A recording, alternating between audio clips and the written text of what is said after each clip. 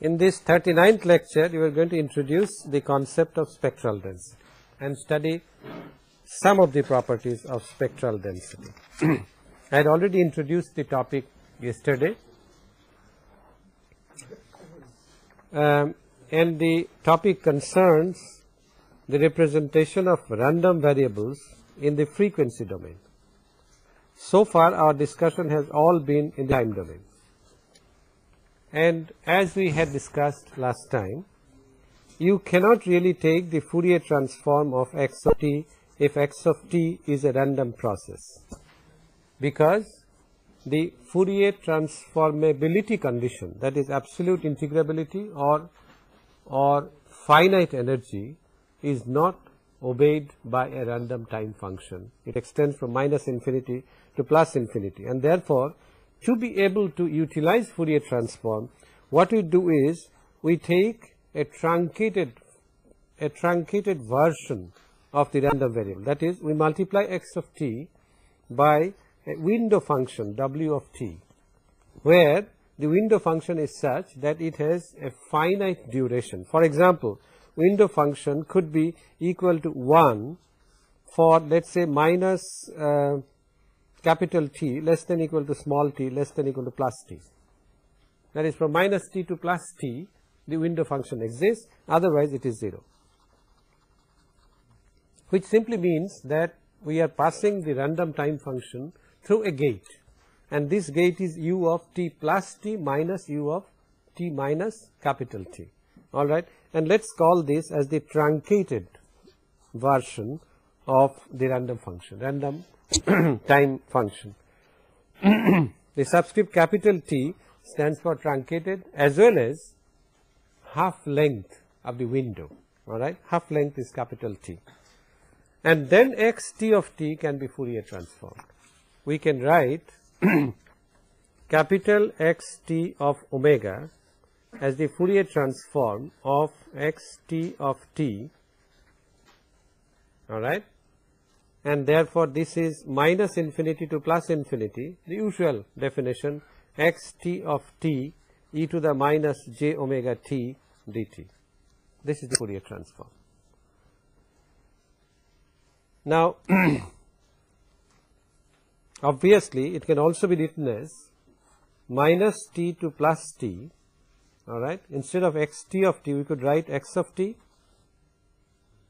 Within this limit, x of t and x t of t are identical, e to the minus j omega t.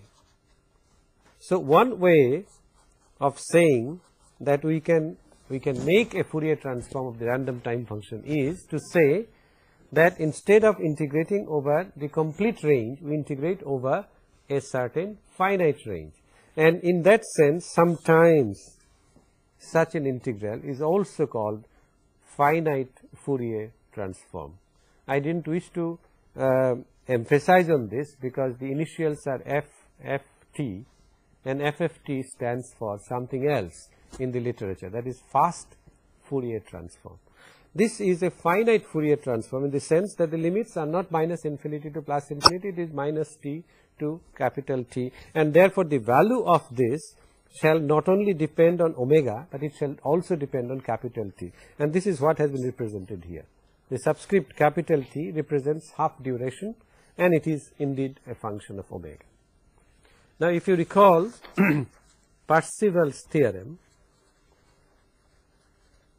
of Fourier transform, then you know that the energy in the time domain, that is x t squared t dt minus infinity to plus infinity, all right, energy in the time domain, where the integration, it suffices to integrate from minus capital T to plus capital T because x t of t is 0 outside this range, but we shall keep the limits as minus infinity to plus infinity. You know that this would be equal to 1 over 2 pi integral minus infinity to infinity capital X t omega mod square d omega. That is, the energy in the time domain is equal to the energy in the frequency domain. All right. What is the dimension of x t omega magnitude squared? It is energy per unit hertz, energy per unit hertz. D omega by 2 pi is hertz, and therefore this is the energy, and therefore this is the energy density function, which we had called earlier as, what did you call it? There was a term. Pardon me? Spectral density. All right. We had called it spectral density. Now we shall be concerned not with xt omega squared, but a modification of this. We shall define now, in the context of random time functions, we shall define what is known as power spectral density instead of energy spectral density. This is energy spectral density. Now how do I convert to power? I divide by time, and the time duration of the signal is 2t, and therefore I divide by 2t, both sides. So this would be 4 pi t.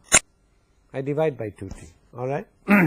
Then what I do is I write this as 1 over 2 pi integral minus infinity to infinity mod xt omega squared divided by 2t. I bring 2t inside, d omega. All right. And this is 1 over 2t integral minus infinity to infinity xt squared t dt. Now you notice that if capital T tends to infinity,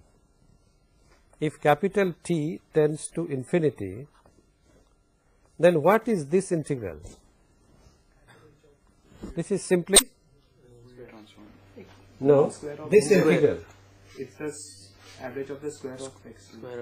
It is x, well, x squared. No, time average. That's right. If capital T tends to infinity, the left hand side has the interpretation of time average. As it is the time average, it is also a time average as it is, without capital T going to infinity. It is the time average of x subscript capital T. Is that clear? Only when capital T tends to infinity, it will represent the time average of the entire random process. And in case the process is ergodic, then it shall also represent x squared bar if ergodic. Is that correct? But the main problem is capital T is finite. It is not infinite.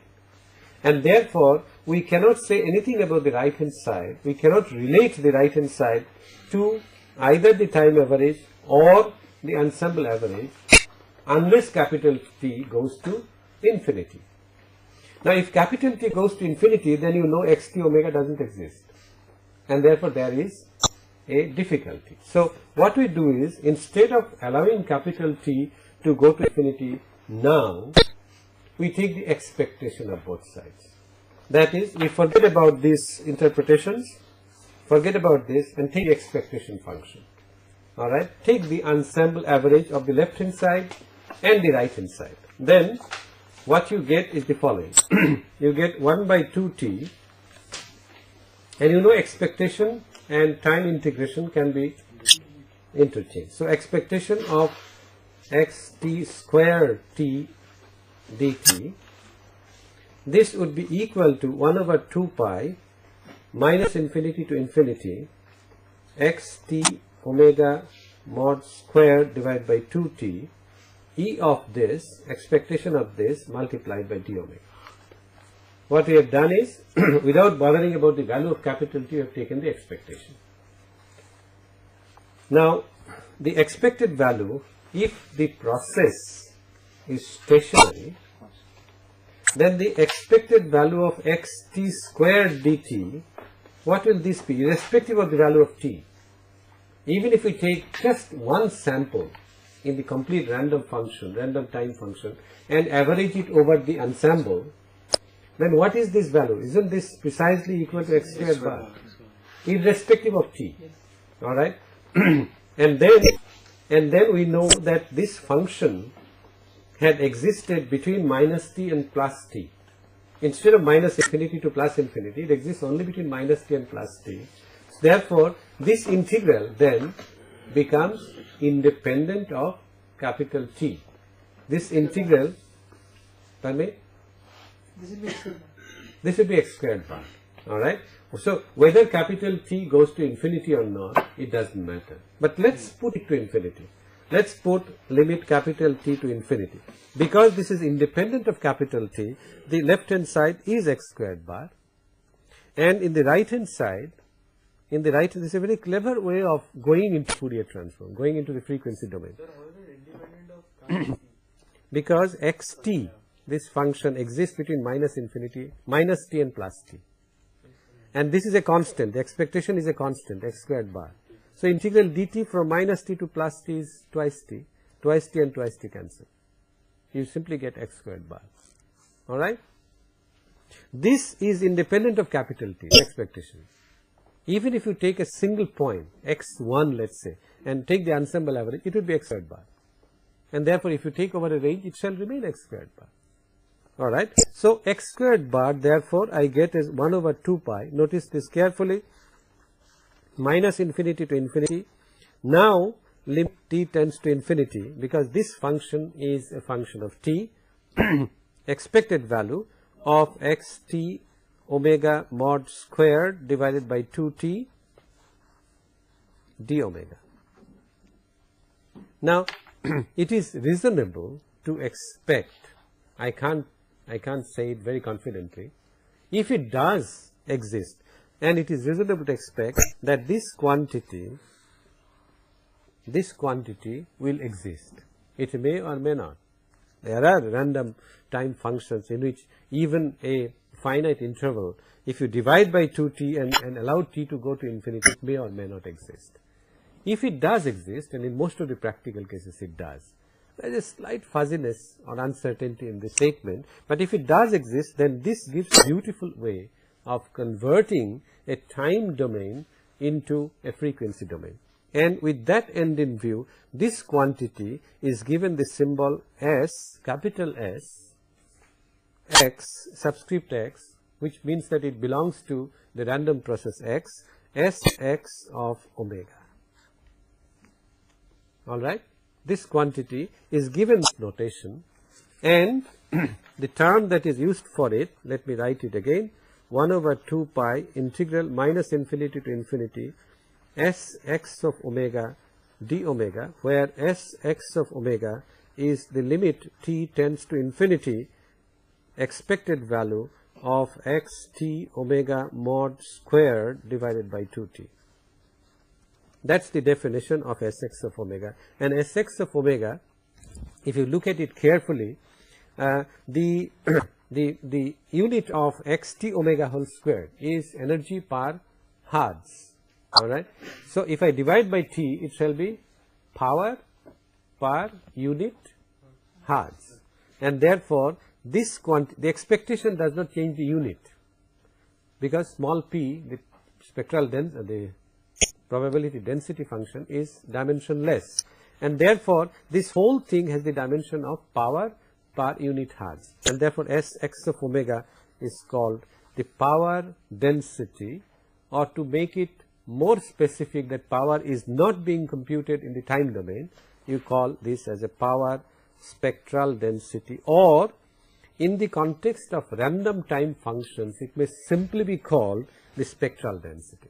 Alright. Whenever we mention spectral density in the context of discussions on random variables in random time functions, it shall mean power spectral density. And this is the relationship that allows one to analyze linear systems with random time functions as inputs. It allows us to evaluate exactly as the system function, that is h of omega. What was h of omega in linear time invariant deterministic signals? It was integral ht, it was the Fourier transform of ht, the unit impulse response. Now, it is as if the function of h of omega is now taken over by Sx of omega, and the Sx of omega is not the Fourier transform, but the magnitude squared of the Fourier transform divided by 2t and taken an expectation. This artifice allows us to use Sx omega exactly the same way as h of omega in deterministic, in non-random signal cases. As you shall see later, the output spectral density would be equal to the input spectral density multiplied by h omega magnitude squared. All right, as you shall see later, but later is later. Let's reserve that for the time being for later use. There are various other names, but I will introduce them one by one whenever the occasion arises. But in the literature, Sx of omega has various kinds of names. We will be happy with the term spectral density. Let's look at some of the properties which should be obvious from the definition. Obviously, Sx of omega, is it real or complex? Can it be complex? Obviously not. Why not? Because it's a magnitude squared, all right. So it must be real, and capital T is a real quantity. What else can you say about? Yes? Positive. It's always positive. Anything else? It's an even function of omega because it's magnitude squared. All right. Sx omega is real, positive, and even. All right. This is what characterizes Sx omega. Now, this power spectral density can be a rational function or can be irrational. If it is rational, as in most of the cases it is, if it is rational, then obviously you should be able to write it in this form. If Sx of omega is a rational function, we should be able to write it in this form. S0 omega to the, let's say, 2m plus some constant, let's say a, what will be the next power? If it is rational, all powers of omega must be even, and therefore the next power is 2m minus 2, and the subscript should be 2m minus 2 plus etc. plus a2 omega squared plus a0. This is what in general it shall be, and in the denominator we shall have omega to the 2n plus, let's say, b 2n minus 2 omega to the 2n minus 2 plus etc. plus b2 omega squared plus b0. This will be the general form if Sx of omega is a rational function. So why can't both of numerator and denominator have odd powers? Then omega will be cancelled. Then it will be cancelling. We are considering these polynomials as being primes with respect to each other. All right. We don't consider that trivial case. All right. Now there should be a restriction between n and m. All right. If the process for which you have found out the spectral density, if x squared bar, that is the mean squared value, if it exists, that is if it is finite, if x squared bar is finite, what restriction does it impose on n and m? Obviously n must be less than m, not equal to. Equal to is not allowed. Why? Why is it so? Because x squared bar is 1 over 2 pi integral Sx omega d omega. This is from minus infinity to plus infinity. Now, if Sx of omega is a constant, then what does x squared bar become? It becomes infinite. So n should be greater than. I beg your pardon. N should be greater than m, strictly. It cannot be equal to m either. All right. And if it is a rational function, we can say, if it is a rational function satisfying this constraint, we can say something else about Sx of omega, that it is a continuous function of omega, right? It can never blow up because x squared bar is finite, and therefore it is a continuous function of omega. Except for one specific case, which is a hypothetical case, but nevertheless it is a concept which has found popularity in the literature. That is the case in which m and n are equal, or Sx of omega. No, we don't worry about m and n. Sx of omega is a constant. there is a special case for the spectral density which is very popular in the literature, and for reasons, for very logical and well justified reasons, we introduce the fantasy of a spectral density being equal to constant. Obviously, this cannot exist in practice because the mean squared value of the process shall then be infinite, but it is introduced as a means for simplifying analysis, and any random time function which has a spectral density equal to a constant goes in the literature by the name of white noise. White noise. A white noise has a spectral density. I tell you, this is only a fantasy, a hypothesis. It cannot exist in nature, but whenever we analyze a system whose inputs are random, the concept of white noise, hypothetical concept, comes very handy, and it is very interesting to analyze in terms of white noise. Sometimes we specify the system in terms of its white noise response. That is, when fed with white noise, such and such is the spectral density. Then you know that the spectral density of the output must be proportional to magnitude of h of omega whole square. All right. So white noise. Anything else, if the noise is band limited, that is, it is not S0 over the complete band of frequencies, but over a finite band of frequencies, then it is called a colored noise. Instead of white, white is a mixture of all noise, all colors, and therefore, if the noise, if the spectral density is band limited, or it diminishes with omega, then we say it is colored noise. But white noise concept is an extremely popular concept because it facilitates analysis of linear systems. Suppose the original random process x of t had a DC component. Suppose it contains a DC component, let us say x0. That is, x of t may be x0 plus n of t. It contains a DC component. Then what will be the spectral density corresponding to x0? You recall that, well, you don't have to recall. X of t contains a DC component, which means that at omega equal to 0, the value of the spectrum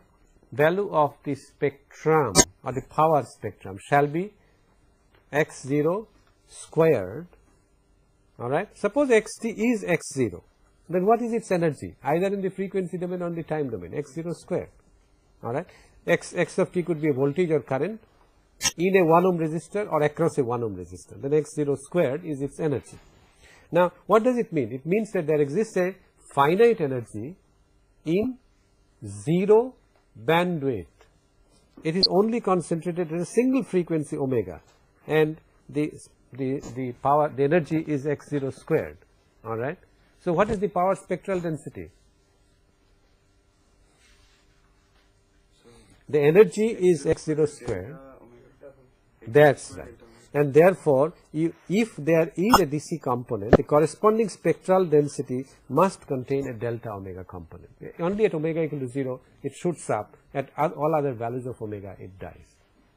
The same comment applies if you have a periodic component in the random time function.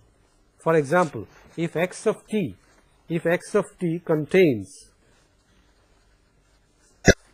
a periodic component, let us say a cosine omega t plus theta, where theta is a random variable, the usual random variable, uniformly distributed from 0 to 2 pi, then again the same problem arises. This function has the energy s squared, and this s squared is at a single frequency, let us say omega naught, at a single frequency, plus omega naught and minus omega, both of them. And therefore, corresponding to this, the spectral density once again should contain delta functions, but two of them. One is delta omega minus omega 0, and the other would be delta omega plus omega 0. These are two special cases where spectral density is not a continuous function. Delta omega introduces a discontinuity. To make things more concrete, let us consider a random variable x of t which is equal to x0 plus x1, let us say cosine of omega t plus theta, where p theta, probability density of theta, is 1 over 2 pi, 0 less than equal to theta less than equal to 2 pi, and it is 0 otherwise. Let us consider this random variable, alright. It is a deterministic random process. Theta is the random variable. Let us find out its spectral density, alright. If you want to find out spectral density, now the calculation would be a little involved. I will explain, I will skip most of the algebra, I will explain the steps. The first thing you have to do is to find out xt of omega, alright. Xt of omega obviously is minus infinity to plus infinity, but we do not have to do that. We have to integrate, because we integrate from minus t to plus t, x0 plus x1 cosine of omega t plus theta, yes, e to the power minus j omega t d omega dt dt. All right. If I do that, that W and that omega is different.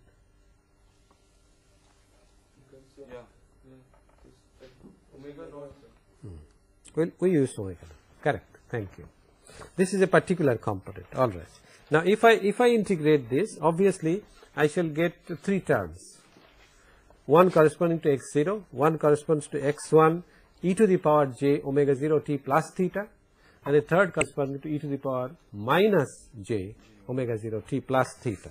And if you clear up the trigonometry, then what you get is twice x0 sine omega t divided by omega corresponding to the first term, plus x1, then you get 2 terms e to the j theta sine of omega minus omega 0 t divided by omega minus omega 0, plus e to the power minus j theta sine of omega plus omega 0 t divided by omega plus omega 0.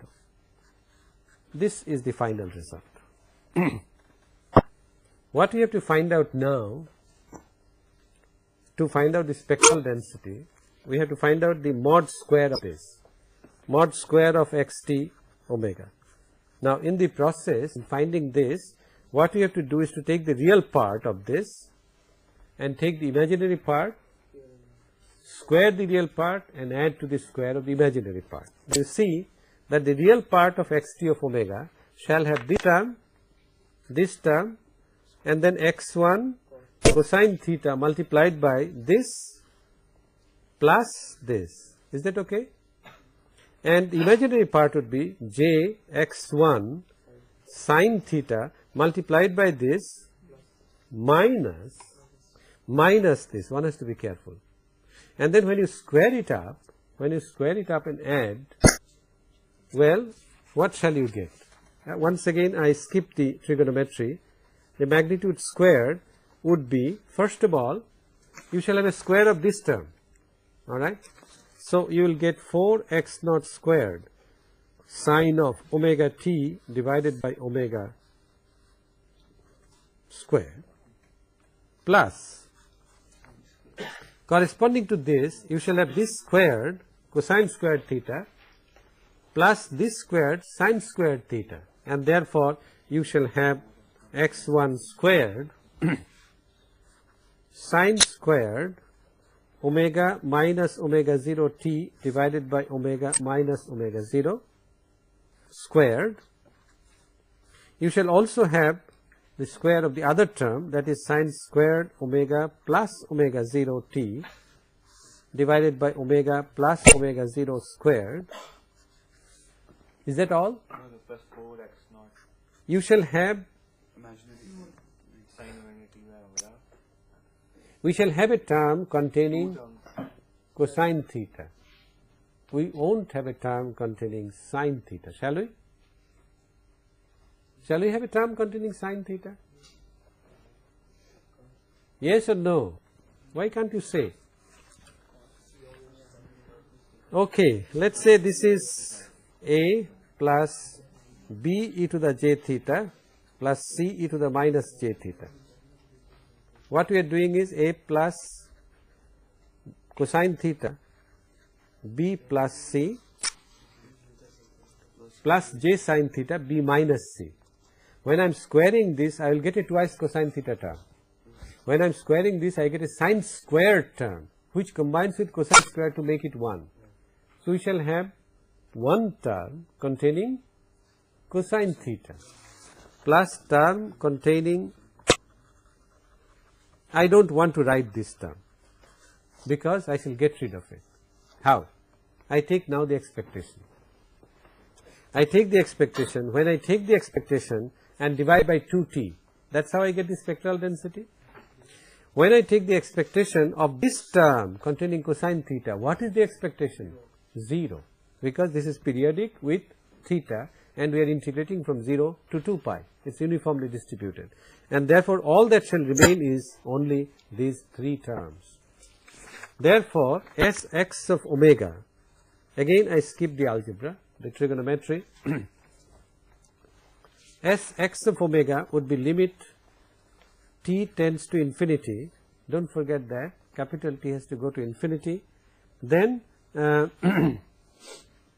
we divide by 2t, that is 4x naught squared sine squared omega t divided by omega squared 2 omega squared t, we have to divide by 2t, plus x1 squared divided by 2t sine squared omega minus omega 0 t divided by omega minus omega 0 whole squared, plus x1 squared by 2t sine squared. Have I made a mistake somewhere? Don't allow me to. Is that okay? This is the final expression, square bracket ended. We want to now put this in a particular form. We want to put this in a particular form and we want to take term by term. You see, it suffices to consider the first term because both the other terms are of the same form. Isn't that right? Here it is sine squared omega t, here it is sine squared omega minus omega 0 t. In the denominator, there is a capital T, there is a capital T, and there is omega squared, omega minus omega 0 squared. So, taking one term suffices. Let us consider the first term. Let us consider this term, limit t tends to infinity. I write it in a specific form. I write this as 2x0 squared t, then sine omega t divided omega t whole squared. Is the first term okay? Is the first term okay? Let us compare. 4 and 2, so it becomes 2. I have taken 2x0 squared and then I have taken a t here and t squared here. Is that okay? Omega squared is also there. Alright. So, the first term is this, and I have to make capital T go to infinity. I can write this as 2x0 squared limit t tends to infinity t sine of omega t by omega t whole squared. Let us now concentrate on this. What is its value if omega is not equal to 0? If omega is not equal to 0, then you see t divided by t squared, so 1 by t. So, when capital T goes to infinity, this is 0. So, this goes to 0 if omega is not equal to 0. If omega is equal to 0, then what is its value? Goes to infinity. And therefore, a function which is 0 everywhere except at omega equal to 0, obviously is a delta function, and therefore I should be able to write this as sum k times delta omega. Is that okay? This capital K has to be found out. Capital K has to be found out. Will it depend on capital T? No, because capital T goes to infinity. And how do I find this out? What I do is I integrate from minus infinity to plus infinity capital T sine of omega t divided by omega t whole squared with respect to what? Omega. So d omega, and this should be equal to integral k delta omega. So it simply should be equal to k. This integral is a standard one, sine x by x whole squared, and the value is pi for all values of capital T. Well, capital T for all values of capital T, it doesn't require limiting value. It is independent of capital T, and therefore k is equal to pi, which means that the spectral density, if you call this expression, the first term shall be simply pi times delta omega. Not quite. There is a 2x0 squared, that you cannot forget, and therefore Sx of omega shall be equal to twice x of squared pi delta omega. And in a similar manner, you can write the other two terms, because the other two terms are exactly similar, there is no difference. Therefore, except the factor 2 pi, instead of 2 pi, what shall we have? Pi by 2. Pi by 2 x1 squared delta omega minus omega 0 plus pi by 2 x1 squared delta omega plus omega 0. This will be the spectral density. This is the purpose of this section. This is the purpose to, if there is a DC component or a periodic component, then the spectral density cannot be a continuous function. It shall contain impulse functions, delta functions. Corresponding to DC, there is a function, there is a delta function at omega equal to 0. Corresponding to the frequency, the periodic component at frequency omega 0, there are two components in the spectral density. One is at omega minus omega 0, the other is at omega plus omega 0. Now, if this derivation is correct, obviously we should get x squared bar. We had calculated x squared bar. X of t is a random process containing a DC plus a periodic component. What was x squared bar? x0 squared? No. X squared bar, that is the mean value, average value. It was x1 squared divided by 2. We did it long back. The mean squared value, taking p theta equal to 1 by 2 pi from 0 to 2 pi, we had calculated the mean squared value, and the mean squared value was this. Now, if this derivation is correct, we should get the same expression by by appealing to the formula that x squared bar is 1 over 2 pi integral minus infinity to infinity Sx omega d omega. Now, if I substitute 1 over 2 pi integral minus infinity to infinity 2x0 squared pi delta omega plus pi by 2 x1 squared delta omega minus omega 0 plus pi by 2 x1 squared delta omega plus omega 0 d omega, what is it that I get? For the each integral will be unity. x0 square plus So it will be x0 squared plus x1 square x1 square, I mean 2 into 2 by 4, so you get half. I mean, simply get which is precisely the same as the result that we derived earlier, and this is a check on our calculation. I want to summarize by saying that by using a clever trick, a simple artifice, it is possible to make calculations in the frequency domain.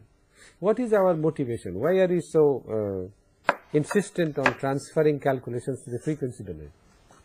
Because we want to calculate convolution.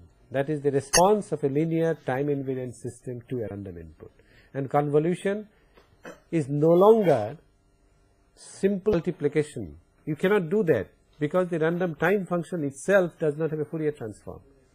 As in the non-random signal case, it was the spectrum of the output, or the Fourier transform of the output was Fourier transform of the input multiplied by the Fourier transform of the impulse response of the system.